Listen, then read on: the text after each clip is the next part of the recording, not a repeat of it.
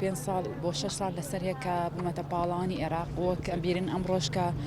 یەکەم قۆناغی پاسکی سواری دەستی پێکرد ساڵی 2021 کە لە شاری سلێمانی دەستی پێکرد ئەمڕۆ یەکەم قۆناغ بوو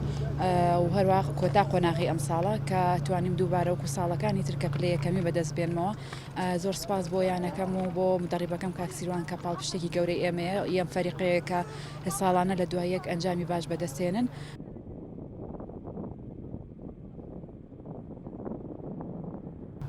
مەسافەکەی تقریباً 35 کیلۆمەتر بوو کە ڕێگەی هەوراز و سەختی بوو ئەم سیباقە جیاواز بوو لە سیباقەکانی تر کە ئەکرا ئەوەکو ساڵەکانی تر ئەمەیان تا ڕادەیەکی زۆر منافەسەیەکی قورس و زۆری تیا بوو هەروە ڕێگەیەکی سەختیش بوو.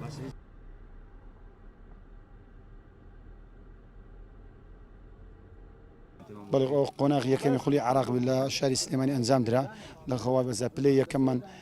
ماوەی تقریبا 2 مانگ مەشقمان ئەنجامدا لە شاری سلێمانی تیپەکەشە لە یانەوەژی نەورۆز پلەی یەکەممان هێنا لە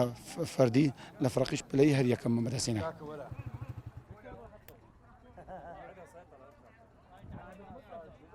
ئەو ماوەی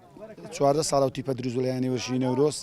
لەو 14 ساڵ ئێمە 13 ساڵەمە یەکەمی عراقی یانەوەژی نەورۆز دەستخۆشی لە سەرۆک و ئەندامان یانەوەژی نەورۆزەکەم هاوکار باشە.